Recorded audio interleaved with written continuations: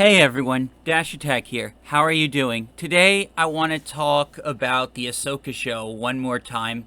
A lot of people have been shitting on it, but personally, I didn't hate it. Though there were a couple of things that were absolutely terrible, and I think they're in everyone else's criticisms of the show as well. The straight up worst aspect of the show was how it treated Sabine. Developing force powers out of nowhere, I don't think so. Being able to push Ezra up into that Star Destroyer, no one gets the Force that strong that quickly.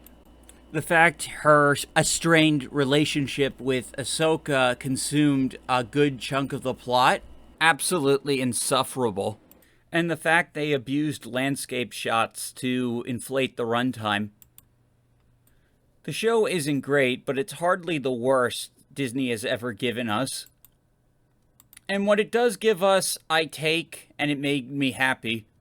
Because despite Ahsoka winning an award for female empowerment and having almost like no men in the show's main cast, a lot of these standout characters were in fact men. Or in the case of Chopper, programmed with male identity. Just think about it for a moment. Think about Ahsoka's highest points. They were Baylan scenes, Hayden Christensen's Anakin, and the return of Ezra Bridger. There was also Captain Enoch, who looked like he just walked off the set of 300. Die well. The point is, despite how predominantly female they tried to make the show, a lot of these standout characters were in fact men. Now, is this because they all had less screen time than the women? Quite possibly. We spend way too much time with Sabine and Ahsoka together. Or Sabine talking about Ahsoka. Or vice versa. It all feels so forced because they barely knew each other in the cartoon. Anyways, I just think it's so funny that they focus so much on the women, yet the male characters ended up kind of outshining the women in a way. Though, I think with one exception, Shin. Shin was a great character.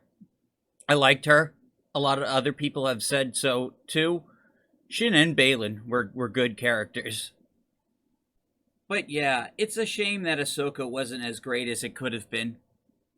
When you have a show that relies on you being so familiar with, like, hours of animated cartoon knowledge, I guess that can be very difficult for, like, audiences that were just being introduced to this character for the first time. And it's a shame that this introduction wasn't, like, that they didn't get the same, like, experience that us cartoon enjoyers did. A flashback sequence with the entire Rebels crew could have gone a long way, as well as the inclusion of Zeb.